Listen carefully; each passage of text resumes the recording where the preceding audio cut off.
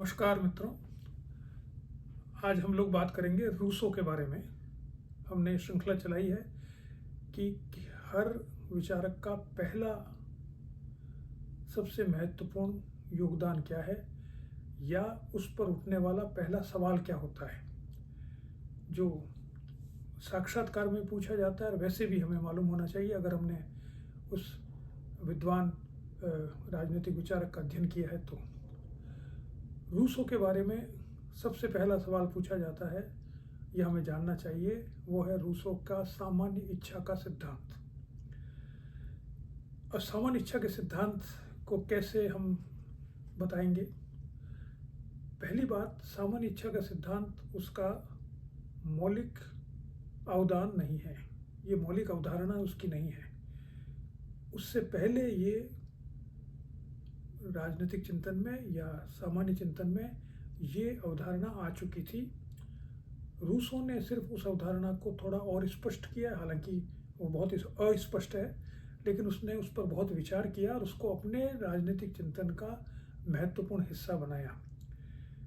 और ये लोकप्रिय इसलिए हुई इसकी सामान्य इच्छा की अवधारणा कि जब फ्रांसीसी क्रांति हुई 1789 में, उस समय उनका जो घोषणा पत्र था उसमें इस शब्द का प्रयोग किया गया कि जो राज्य के कानून होंगे वे सामान्य इच्छा को प्रदर्शित करने वाले होने चाहिए। और ये एक बहुत महत्वपूर्ण अवदान था जो फ्रेंच रिवॉल्यूशनरी थे उनका, कि उन्होंने कानून को सामान्य जो अवधारणा है, सामान्य इच्छा की अवधारणा है, उस सामान्य इच्छा की अवधारणा का प्रतिरूप बताया। और ये आज भी जब हम कानून की बात करते हैं तो किसी न किसी रूप में हम इसको इसी प्रकार से प्रदर्शित करते हैं कि कानून सामान्य इच्छा को रिप्रेजेंट करता है। तो इसलिए सामान्य इच्छा बहुत महत्वपूर्ण बन गई फ्रेंच रिवॉल्यूशन के बाद में। सामान्य इच्छा क्या होती है मूल रूप से? पहली बात तो सामान्य इच्छा इसका मौलिक अवदान नहीं है। उससे पहले कुछ लोग इसके बारे में बात कर चुके हैं, और जो सबसे पहले प्रमुख रूप से ये बात सामने आई थी वो हैं एक धार्मिक विचारक मेलन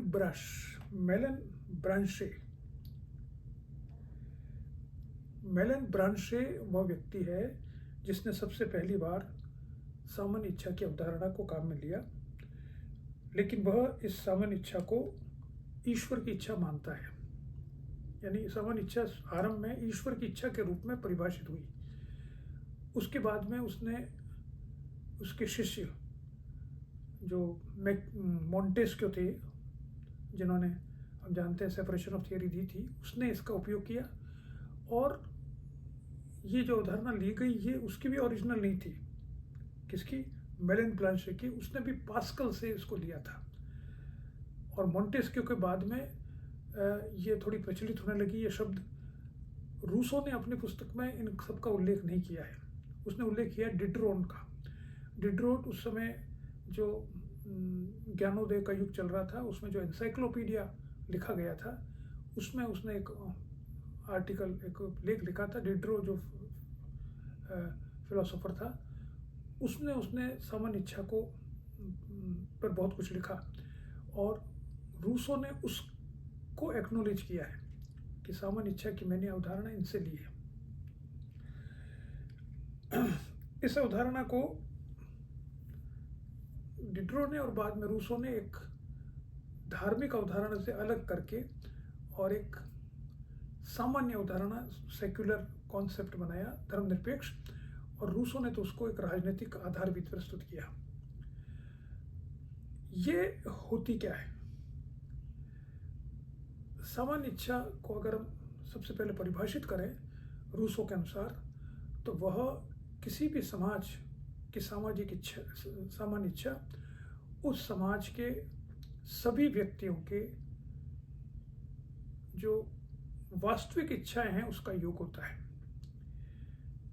उसने सामान्य इच्छा को परिभाषित करने के लिए ये बात कही है कि हर व्यक्ति में दो तरह की इच्छाएं होती है, एक वास्तविक और एक यथार्थ।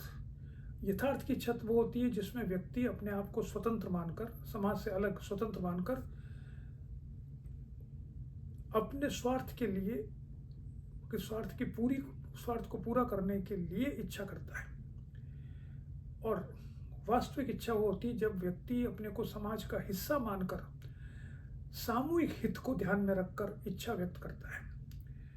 तो रूसो का कहना था कि हर व्यक्ति में दो तरह की इच्छाएं होती है और एक समाज में जितने भी व्यक्ति, मान लो 100 व्यक्तियों का समाज है, तो 100 व्यक्तियों में से अगर मान लीजिए वास्तविक इच्छा 100 व्यक्ति कर रहे हैं, अब वास्तविक इच्छा मालूम कैसे पड़ेगी? किसी निर्णय लेने पर मालूम पड़ेगी। वैसे तो क्या मालूम पड़े? जब कोई निर्णय लिया जा रहा है सामूहिक रूप से किसी समाज के किसी कार्य के लिए, तब जो लोग मिलकर निर्णय लेते हैं, वो जो इच्छाएं कर रहे हैं, उन इच्छाओं को हम बांटते हैं कि ये यथार्थ की इच्छा है या वास्तविक इच्छा है।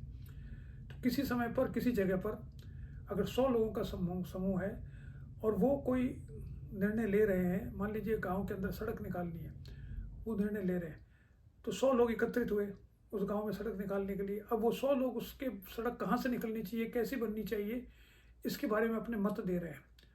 तो दो तरह से मत दे सकते हैं, एक तो यथार्थ इच्छा से प्रेरित होकर और एक वास्तविक इच्छा से प्रेरित होकर। ऐसा हो सकता है कि 100 व्यक्ति ये सोचें कि सड़क वहाँ से निकले जिससे सामूहिक हित को हम देख सकें, सारे समाज को उसका लाभ मिले, तब तो उन सब की इच्छाओं का योग सामान्य इच्छा हो गई। और ऐसा हो सकता है कि 100 में से 70 व्यक्ति तो सोचे कि समाज को क्या है इससे लाभ होगा, और 30 व्यक्ति अपने अपने हित में सोचने लगे कि सड़क अगर यहाँ से निकलेगी तो मुझे क्या लाभ होगा, मेरे परिवार को क्या लाभ होगा। तो ऐसे में जो 70 लोग हैं उनकी इच्छाओं का योग सामान्य इच्छा होगी। अब मान लीजिए 100 में से सिर्फ 2 व्यक्ति ऐसा सोच रहे हो कि समाज का हित क्या होगा, और बाकी 98 व्यक्ति सोच रहे हो कि अपने अपना हित सोच रहे हो हमको क्या लाभ होगा, तो उन 2 व्यक्तियों की इच्छाओं का योग सामान्य इच्छा होगी। इसलिए सामान्य इच्छा संख्या पर निर्भर नहीं करती कितने लोग वो इच्छा कर रहे हैं, अपितु उनके क्वालिटी गुण पर निर्भर करती है। यह सामान्य इच्छा रूसो ने बताई।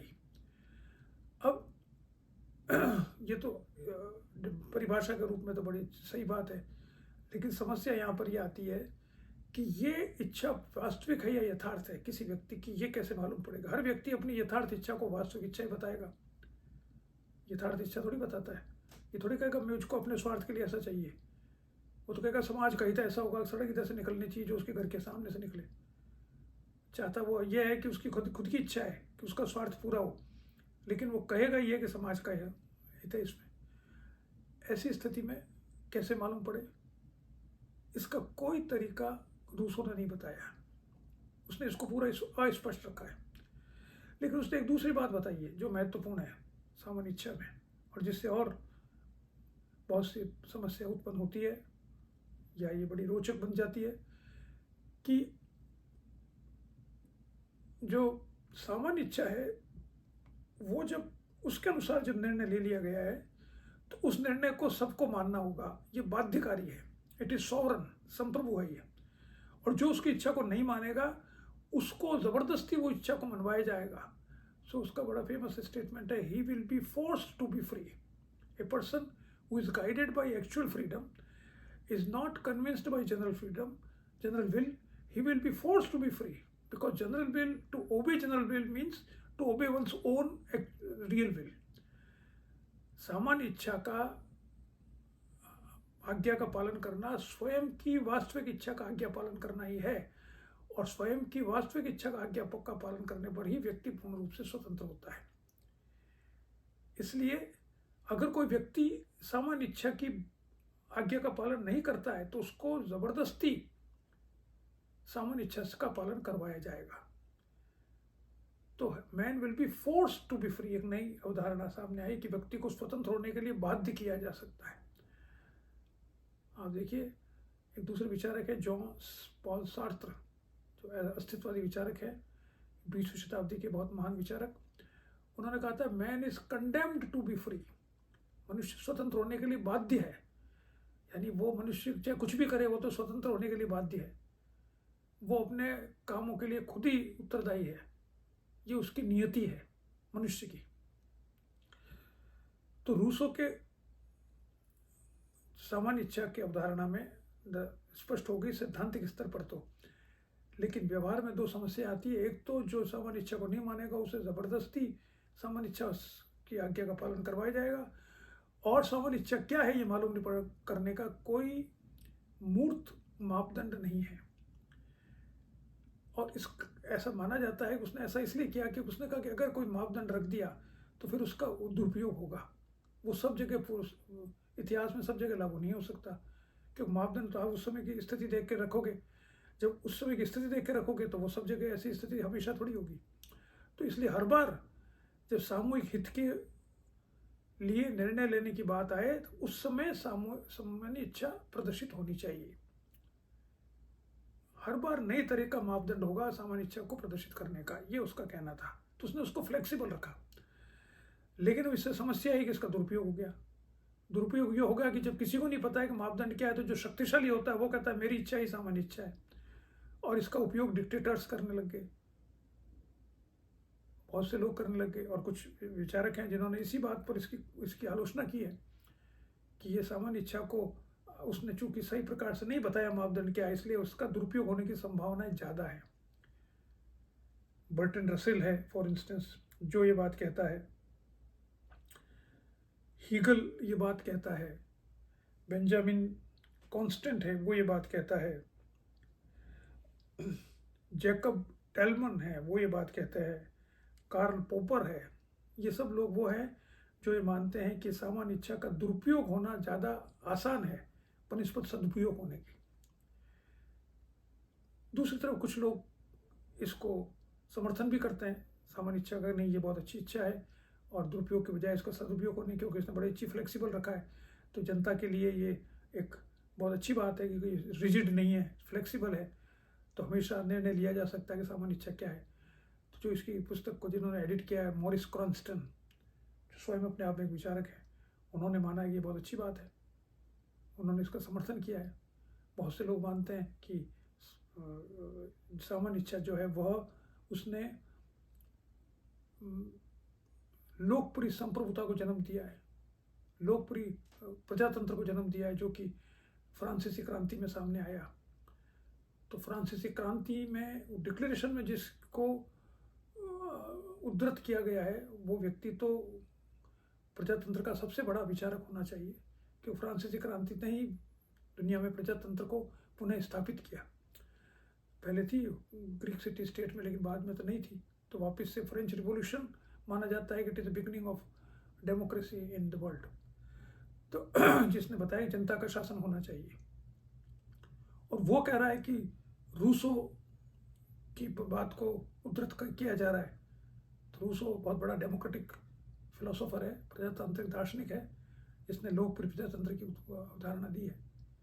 तो ये हम कह सकते हैं कि जो सामान्य इच्छा है रूसो की, उसको इस प्रकार से हम परिभाषित कर सकते हैं, जो बहुत ही रुचिकर जिसे कह सकते हैं एक विषय है, एक नई अवधारणा है जिस पर आज भी बहस होती रहती है किसकी इसको कैसे परिभाषित किया जाए, इसका पालना कैसे की जाए, मालूम कैसे करें कि ये क्या है। लेकिन एक राजनीतिक चिंतन में एक नई मौलिक अवधारणा को उसने स्थान दिया है, जो मौलिक इस अर्थ में तो नहीं है कि उसने बनाई है, लेकिन राजनीतिक चिंतन में वो मौलिक रूप से स्थापित करने में रूसो का नाम लिया जाता है। आज इतने देखते हैं। Thank you.